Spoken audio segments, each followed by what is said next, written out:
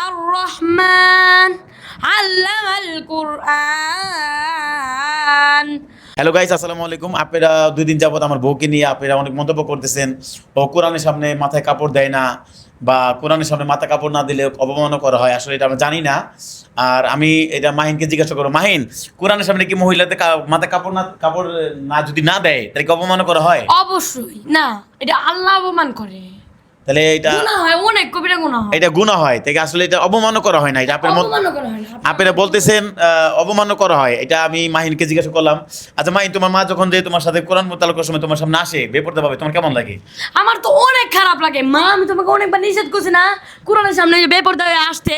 হ্যাঁ বাবা, আমাকে তো বলছে যে আসলে কোরআনের সামনে আমার না মাঝে মাঝে জি জুড়ে থাকে, তুমি যে কোরআনের সামনে হুদাই ইয়া করে আহো, যে পর্দাশীল না হয়ে আসো। তাহলে গাইস, আমি আর বউ এইটা ভুল করছে। আমি আপনাদের কাছে হাত জোড়া মাপ চাইতেছি, আপনারা মাফ করে দিবেন।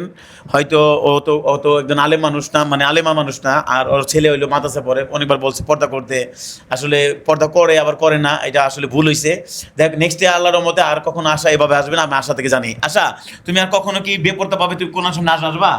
অবশ্যই না। আসলে আমি কোনোদিন কোরআন বেপরদা ভাবে ধরি নাই। আপনারা দেখছেন, আমি হয়তো মাহিন কোরআন পড়ছে, আমি সেই জায়গায় হয়তো মাথায় কাপড়টা দিই, এটাই আমার সব থেকে বড় ভুল। আসলে আমি জানি নাই যে সেখানে বসে থাকা কোরআন তালা শোনাটাও হলো এটা আল্লাহ তালা মানে এটা ভুল হবে।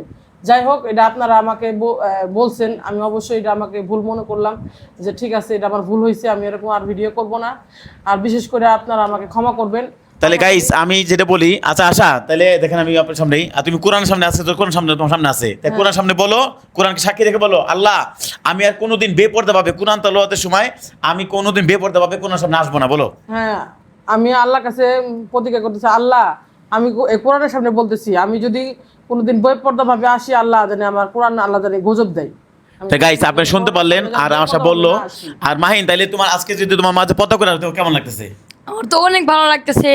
মা, তুমি কিন্তু সবসময় এরকম ভাবে আসবা। তুমি যদি এরকম ভাবে না আসো, আর তোমার সঙ্গে আমি আর কথাই বলবো না, আমি বাড়িতে পালাই যাবো। বলে রাখলাম, কারণে আমাকে এটা ভুল হয়েছে, অবশ্যই আপনারা ক্ষমার দৃষ্টিতে দেখবেন। আর বিশেষ করে আমি কোনো সময় কোরআন ধরি নাই, হয়তো আপনারা ধরে না, এটা ধরে না, এটা রাইট। কিন্তু আমি জাস্ট ও পড়ছে, আমি বসে আছিলাম। না, তুমি বেপরদা হয়ে বসে থাকবা কেন? আমি জানি। আচ্ছা যাক, ভুল হয়েছে আমাদের আশা ভুল হয়েছে। কি কারণে ভুল তো মানুষেরই হয়। অবশ্যই আমি নেক্সট আর এরকম ভুল করব না। আপনাদের কাছে অনুরোধ, আপনারা আমাকে ক্ষমা করে দিবেন। আর অবশ্যই আশাকে নিয়ে আর মন্তব্য করবেন না। আল্লাহর কাছে ক্ষমা চাচ্ছে, অবশ্যই ক্ষমা করে দিবেন, কিন্তু মালিকে তো আমার এই ভুল ছাড়বে না, আল্লাহ জানেন। আল্লাহ অবশ্যই ক্ষমা করবে। দেখেন, ও কান্না করতেছে সারাদিন ধরে, আপনারা বিভিন্ন টলভাবে করতেছেন, টিকটকে বিভিন্ন জায়গাতে ভিডিও করতেছেন, আসলে এটা ঠিক না। একজন ভুল হলে বলতে হয়, ঠিক? আপনারা আমরা আরো বরং এটা নিয়ে খোঁচাইতেছি, দেখো আপনারা মাফ করে দিবেন। মাইন, তাহলে এই উপলক্ষে তো আমার মা তো দিল, এবার ওখান থেকে তো পর্দা করে আসলে একটা কোরআন তালাত বলো দেখি, শুনি, বলতেছি। বলো। আউযু বিল্লাহি মিনাশ শাইতানির রাজীম। বিসমিল্লাহির রহমানির রহিম। আর রহমান আল্লামাল কুরআন। খালাকাল ইনসান আল্লামাহুল বায়ান। الشمس والقمر بحسبان والنجم والشجر يسجدان صدق الله العظيم। মাশাআল্লাহ মাশাআল্লাহ গাইস, তাহলে আশা, তাহলে তোমার কোন কথা শেষ করো। মানুষ হয়তো মাফ করে দিবে, কিন্তু কোরআন মাফ করবে কিনা জানি না। হয়তো আল্লাহ ও বোধহয় মাফ করবে। গাইস, তাহলে আপনি আমার বউকে মাফ করে দিবেন। এই পর্যন্ত রইল। সবাই ভালো থাকবেন, সুস্থ থাকবেন। আসসালামু আলাইকুম।